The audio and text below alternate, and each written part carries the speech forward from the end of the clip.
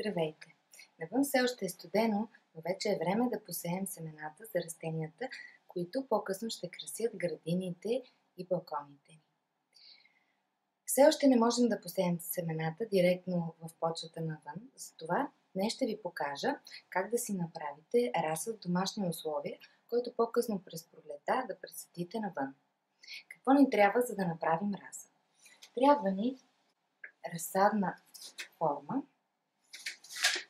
подложна тава, специализиран торф за разсади и, разбира се, семената, които сте избрали да посеете. В нашия случай разсада от зеленчукови култури вече е заложен и, както може да видите, повечето от семената вече са покълнали. Затова днес съм избрала да направя разсад от цветни семена, а именно от петуния, от мускато и от декоративни тикви.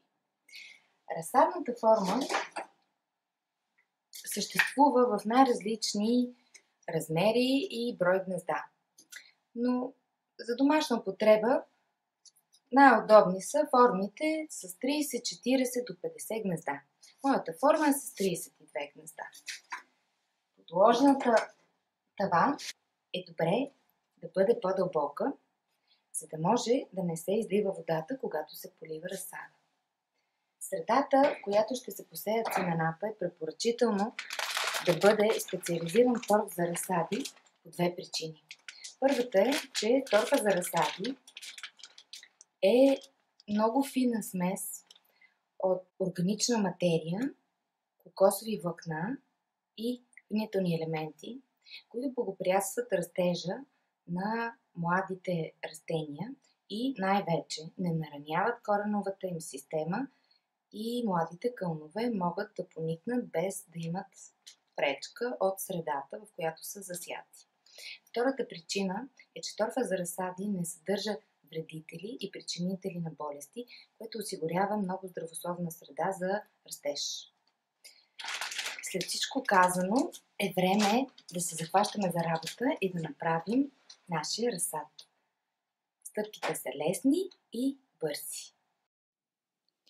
Посипваме внимателно формата с торф. И след това заравняваме, без да притискаме торфа към гнездата. С помощта на молив правим отвор във всяко гнездо, където ще сложим семена. Старайте се отвора да е по средата на гнездата. След това отваряме пакетчетата от семена, изваждаме семената и слагаме по 1-2 семенца във всеки отвор и засипваме обратно внимателно с торф, без да натискаме и затъпваме семената. След като сме готови, поливаме на лека струя с хладка вода. Ето, че разсадът ни вече е готов.